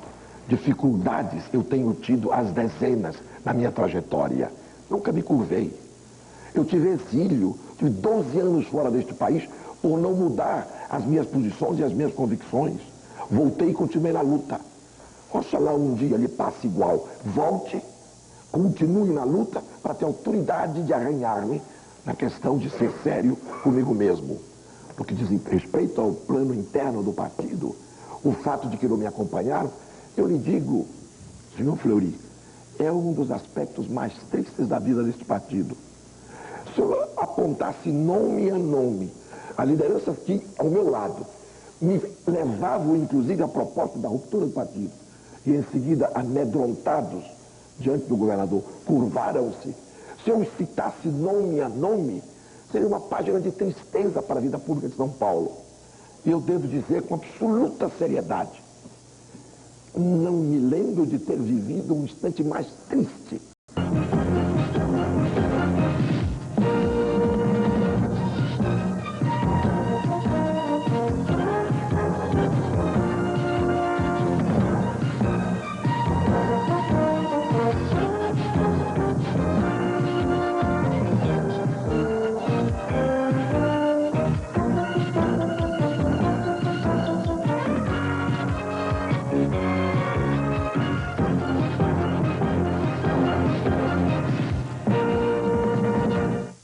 Estamos de volta com o primeiro debate entre os candidatos ao governo do estado de São Paulo pela Rede Bandeirantes de Rádio e Televisão. Vale lembrar que o candidato Paulo Maluf, do PDS, foi convidado, mas não compareceu. Continuamos com as perguntas dos jornalistas. Zé Paulo de Andrade, a sua vez, 30 segundos para perguntar para quem, com comentário de quem? Para o deputado Ademar de Barros Filho, com comentário do deputado Plínio Sampaio. O senhor está aí com o livro Quem Foi Quem na Constituinte. O senhor foi quem na Constituinte? E o que pretende oferecer para o trabalhador, seu possível eleitor? O populismo dos anos 40 e 50? Zé Paulo, não somos político e tenho o privilégio de ser também empresário. Fui para o Congresso na condição de parlamentar constituinte, assumi compromissos claros e expressos que os pratico, sem buscar com isso o voto fácil de uma mentira. A nossa votação está aqui claramente expressa ao lado dos direitos sociais do povo trabalhador. Eu tenho nesta área notas do DIAP que me marca de forma clara e definitiva. Tenho também o privilégio de estar ao lado aqui do nosso candidato ao Senado do PMDB, que tirou nota 0. Vale apenas como registro de uma homenagem à sua excelência que está aqui presente. O que importa é que, como empresário, as pratico. As pratico na minha própria empresa. Entendo, sou autor de um projeto de lei que está lá no Congresso, tramitando, que cria a figura, por exemplo, da estabilidade temporária do trabalhador. É um adicional a esses direitos que estão aqui. No caso de acidente de trabalho. E por quê? Porque entendo que a empresa é quase responsável nesses episódios e o Brasil goza hoje da condição de campeão mundial de acidentes de trabalho. No ano passado deu mais de 1 milhão de acidentados e São Paulo é o campeão nacional com mais de meio milhão de acidentados. Então é preciso quebrar esse ciclo. O trabalhador tem 2 patrimônios básicos, salário e saúde.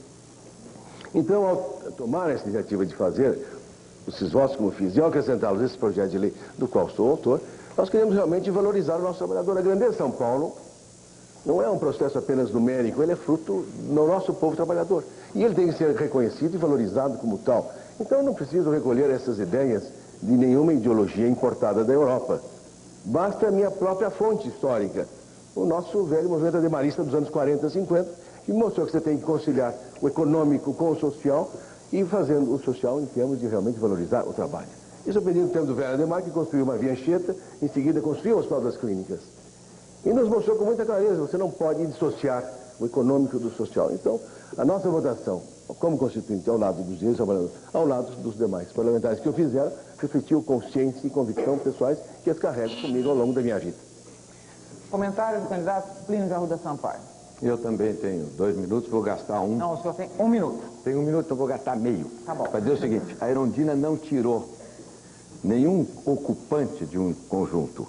Ela distribuiu o lote e antes que os verdadeiros contemplados, porque tinham direito a isso, entrassem, uns pilantras entraram.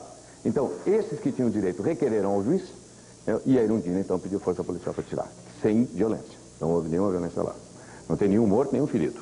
Agora, de fato, o Ademar tirou, acho que 10, não foi, Ademar? 9,5. Não, nota boa. 10 tiramos nós, mas 9,5 tá bom. No do DIAP, e naquele tempo estava no PDT, né? O que é impressionante é o seguinte, por exemplo, que um sei que devia estar ali não está ali. É porque a turma dele tirou 0. O seu Maluf não vem aqui porque ele não pode explicar isso. Como é que ele explica que o vice dele tirou 0, 2 ou 3, enfim, perdeu o ano. E foi reprovado pelos trabalhadores. É por isso que não vem aqui. É por isso que tem gente que tem vergonha de vir aqui nesse programa para debater com todos, porque tem coisa para esconder.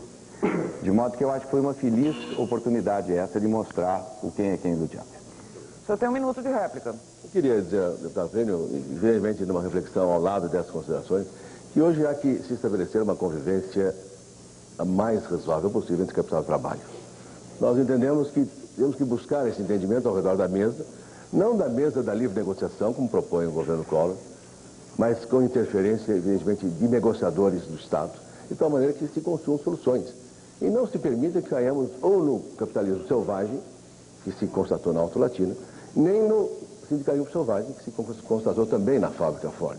Então nós pregamos realmente uma convivência que realmente se torne realidade. Entendo que capital e trabalho são faces da mesma moeda. O seu deputado preferido são irmãos siameses.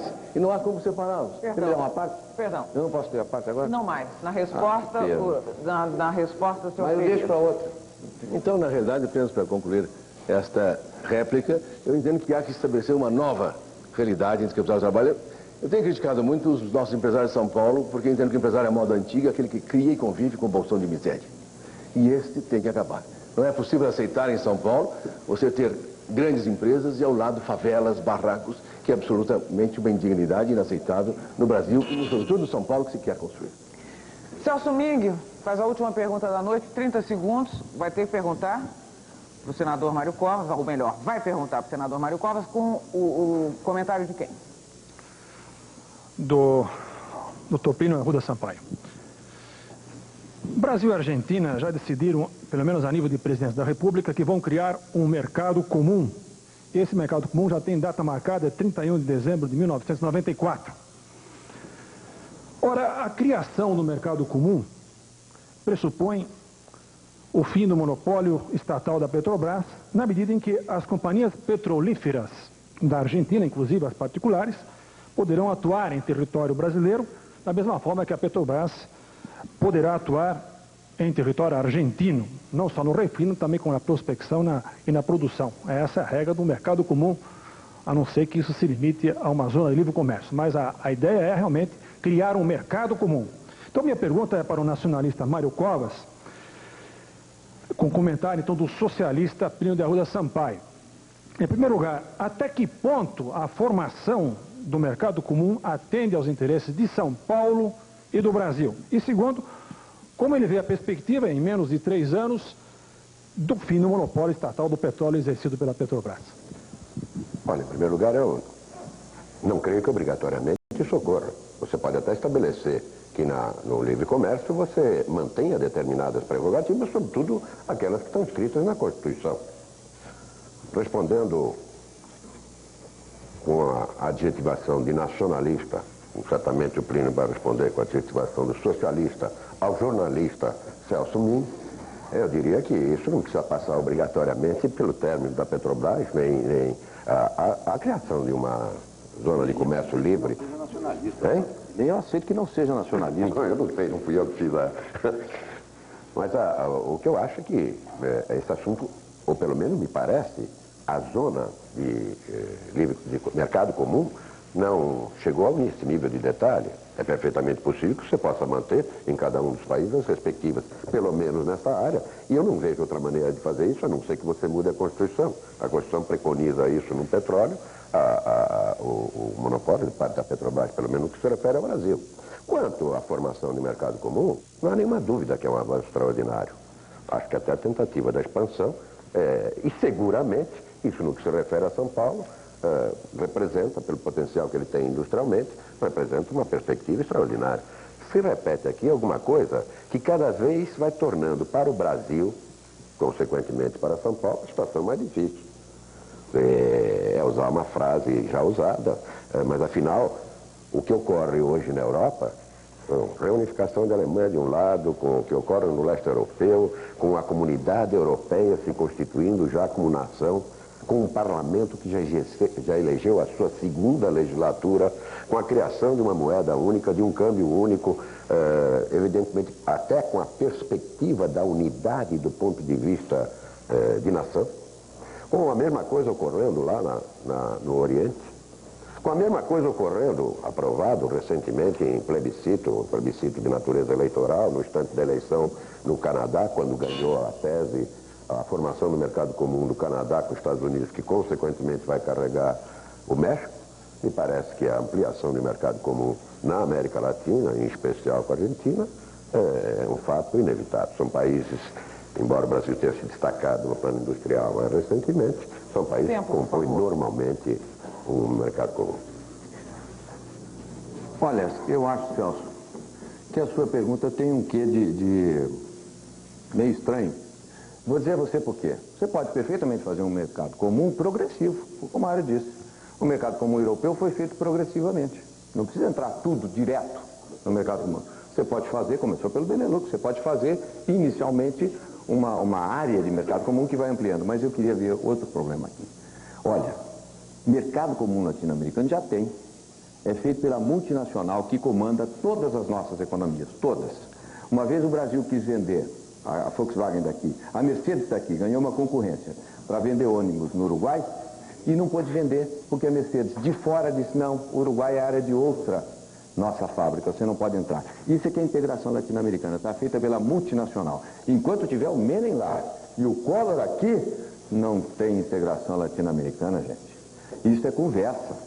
Isso é desses assuntos que enche manchete de jornal e nunca realiza, como não deu certo a Lauc, como não deu certo a tentativa do Frei, porque enquanto nós somos dominados pelo capital estrangeiro, não tem mercado latino-americano. Nós só vamos ter mercado latino-americano aqui o dia que a gente tiver governo que nem o do Lula aqui dentro. Governo popular, democrático.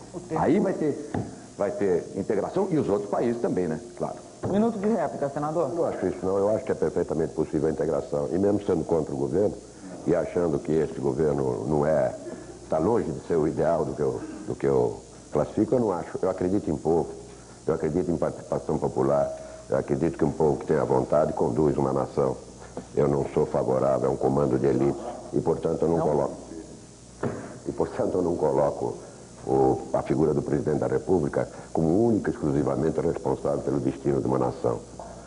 E, sobretudo, quando a gente tem partidos de conteúdo popular, rigorosamente voltados para o povo, não no discurso, mas sim na prática política. Intervalo aqui, no próximo bloco, as considerações finais de cada candidato. Até já.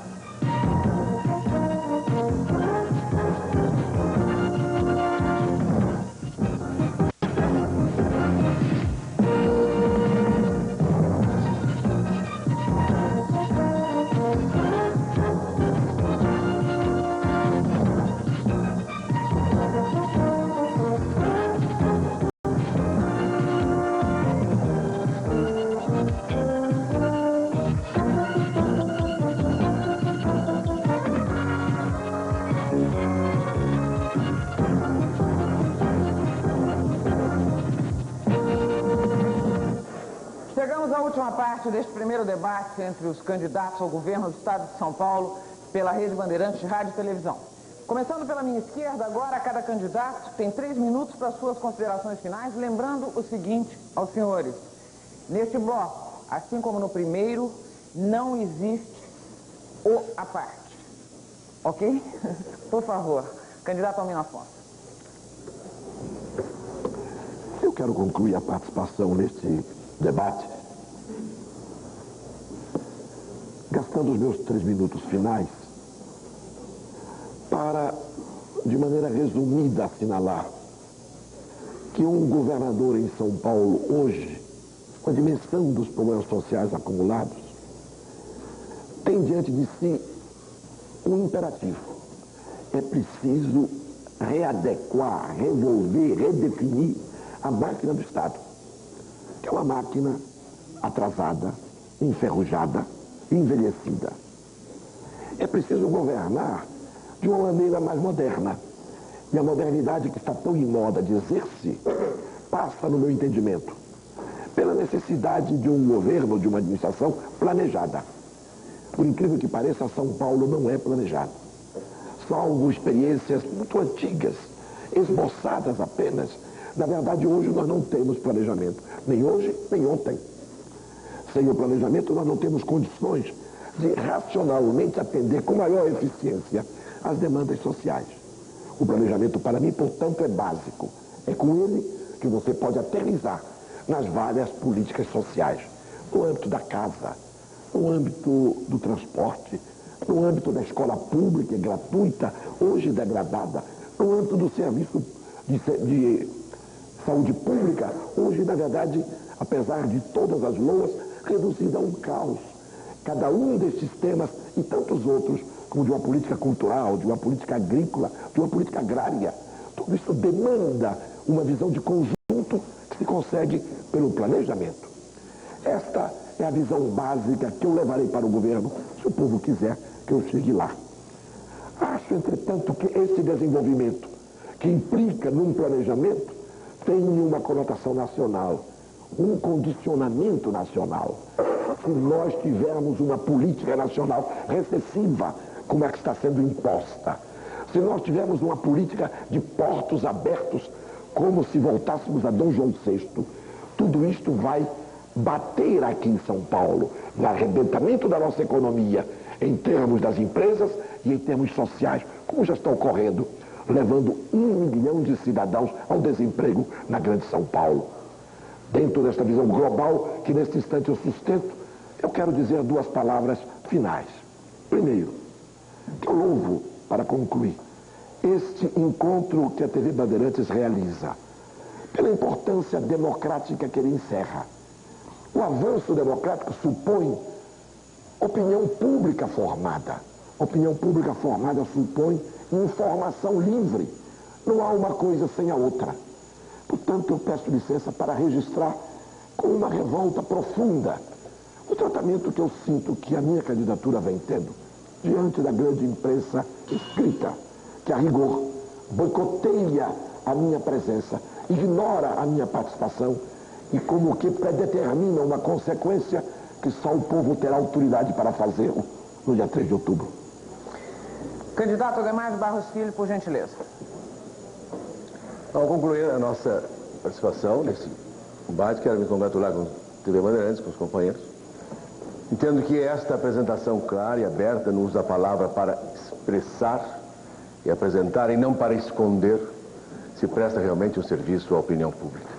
Apenas para retificar dados, a origem da questão que discutimos ainda há pouco com o Fleury sobre mortalidade infantil foi obtida do SEAD, que é uma fundação do Estado. E ela está à disposição da nossa imprensa logo depois desse debate.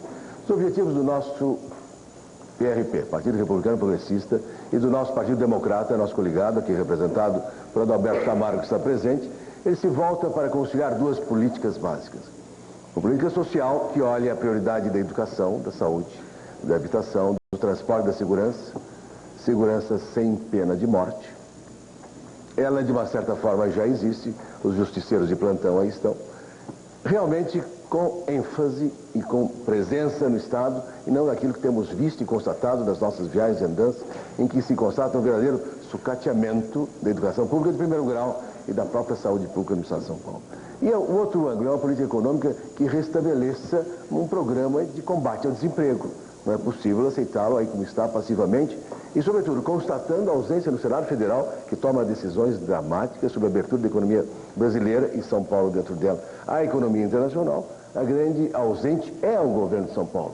Devia estar sentado ao lado da ministra Zélia e de outros ministros para questionar esse processo e não apenas cuidar aqui do seu ilustre candidato.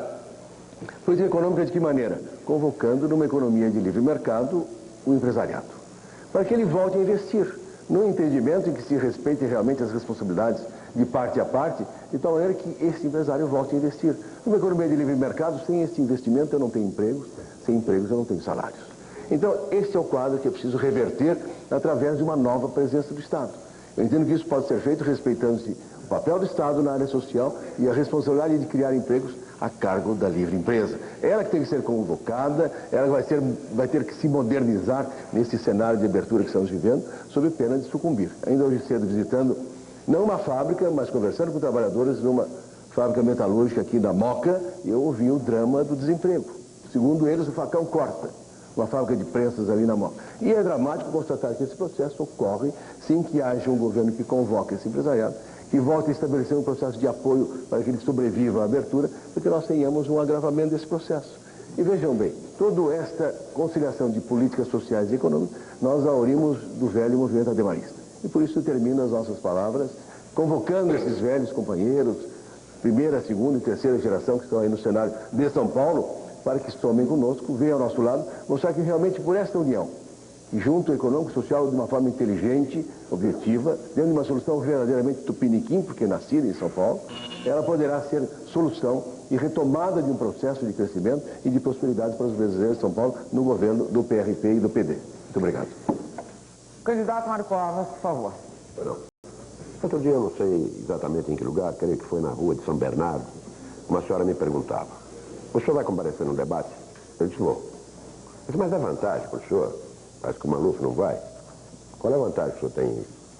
Eu respondi para ela: olha, eu não acho que deva buscar vantagem indo no debate. Eu acho que me cabe, e é minha obrigação, oferecer essa vantagem para o eleitor. Eu acho que a gente está aqui exatamente em respeito ao eleitor e em respeito à democracia. Eu estou até sendo coerente nisso. Eu apresentei um projeto como senador dizendo que o horário gratuito de televisão e do rádio devia ser obrigatoriamente ao vivo. O debate o é. De tal maneira que cada um de nós nos expuséssemos por inteiro, transparentes, de forma que cada eleitor pudesse, sem vantagem para os candidatos, compará-los de forma mais adequada.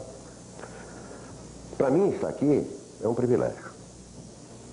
E eu quero agradecer esse privilégio à Rede Bandeirantes, a Marília Gabriela, ao deputado Ademar de Barros, ao vice-governador Almino Afonso, ao secretário Luiz Fleury, ao deputado Plínio da Arruda Sampaio, deixando consignado a eles que, para mim, foi uma honra e um privilégio poder ter participado nesse debate.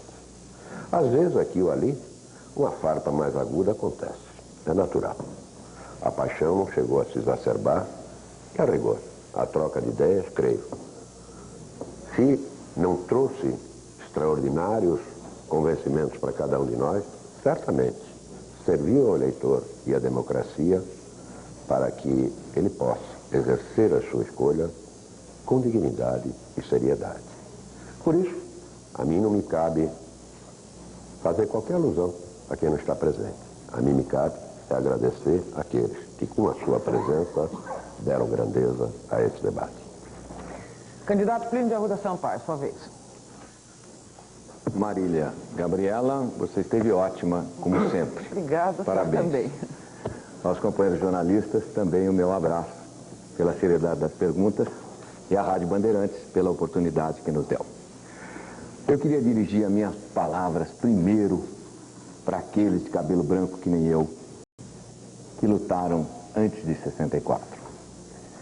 Eu queria falar depois para aqueles e para aquelas que hoje são quarentões e quarentonas, que lutaram em 68 na rua contra a ditadura militar.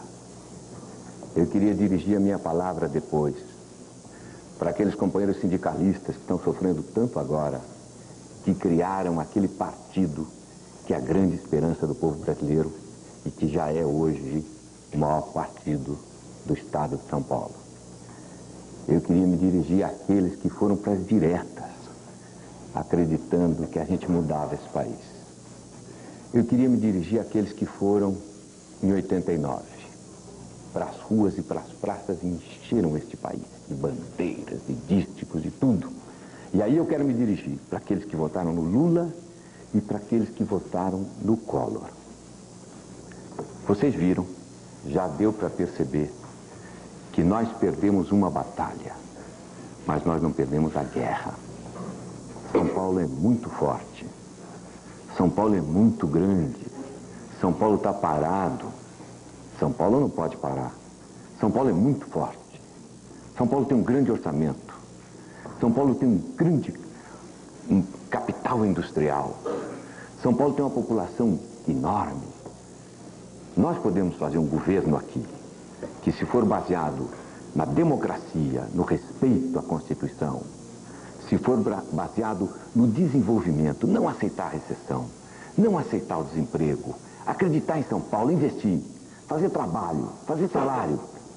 E se nós fizermos aqui dentro um governo que enfrente seriamente a miséria, que não aceite ninguém debaixo da ponte, que não aceite boia fria vagando por aí, que não aceite essa tremenda abandono, esse desamparo da nossa infância.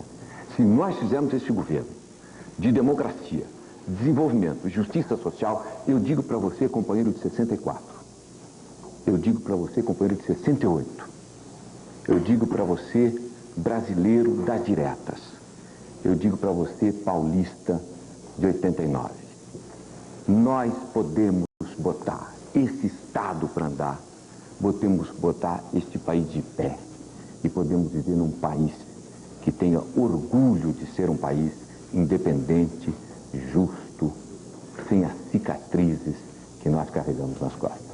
Era isso que eu queria dizer para você nessa minha palavra final. Candidato Luiz Antônio Fleury Filho, sua vez. Eu gostaria, inicialmente, de, mais uma vez, cumprimentar a Rede Bandeirantes de Rádio e Televisão pela iniciativa desse debate, pela oportunidade que deu a todos nós que aqui estamos de mostrar as nossas ideias, de debater programas, de procurar levar ao telespectador, ao ouvinte do rádio, aquilo que se pretende fazer no governo de São Paulo. Eu gostaria, nestes minutos finais, de dizer, em primeiro lugar, que São Paulo não pode parar. São Paulo é a grandeza deste país. E quando se diz que São Paulo é a grandeza desse país, significa que a obra que tem sido desenvolvida pelo governo de São Paulo nos últimos 3 anos, em todas as áreas de atuação, tem proporcionado mais emprego, tem procurado combater a recessão, tem procurado dar ao brasileiro de São Paulo uma melhor condição de vida. E eu me orgulho de haver participado do governo Quércia. Me orgulho de, como secretário da Segurança Pública, ter dado a minha contribuição para esta obra que está sendo feita. Como governador, nós vamos dar sequência à obra e melhorar ainda mais. A infraestrutura está pronta, a base está realizada. Agora é a hora do salto de eficiência, de modernidade e um melhor serviço público. Na escola pública, na saúde, na segurança, na casa popular, na agricultura e abastecimento, nos transportes. Enfim, é o momento do salto de qualidade. E eu quero dizer que, ao lado disso, o governo de São Paulo é fundamental para a grandeza deste país. Quando se debate o futuro de São Paulo, está se debatendo o futuro do Brasil. E o futuro do Brasil passa pela grandeza do trabalhador de São Paulo. Esse trabalhador que tem que ser respeitado, que não pode sofrer com a recessão, com o desemprego, com a poupança que lhe é tirada, com o congelamento da sua conta corrente, com a insegurança jurídica que hoje domina esse país. E para São Paulo ser cada vez melhor, é preciso que realmente os brasileiros de São Paulo unam seus esforços, levem essa mensagem, procurem resgatar a esperança do povo brasileiro que foi congelada quando se congelou a poupança, que foi congelada com o arroxo salarial. Eu, durante 3 anos, eu combati a violência no nosso Estado, a violência que todo mundo sente nas ruas, a violência de quem agride, a violência de quem rouba, a violência de quem realmente infelicita as pessoas. Como governador, eu quero combater um outro tipo de violência. A violência da miséria, a violência da fome, a violência da injustiça social. E por isso é que eu conto com seu apoio e com o seu voto. Eu cumprimento a todos os que aqui estiveram pelo debate, porque o debate é a melhor forma de se expor as ideias no regime democrático. Nós estamos chegando ao final do primeiro debate entre os candidatos ao governo do Estado de São Paulo, e a Rede Bandeirantes sai mais uma vez na frente quando o assunto é eleição. O novo debate já está marcado para o dia 24 de setembro E no dia 19 de novembro, teremos o debate com os candidatos que vão para o segundo turno. Hoje nós marcamos o início de uma cobertura jornalística especial que irá ao ar diariamente até a apuração do último voto e até que tenhamos os nomes dos novos eleitos. Obrigado aos candidatos presentes e boa noite.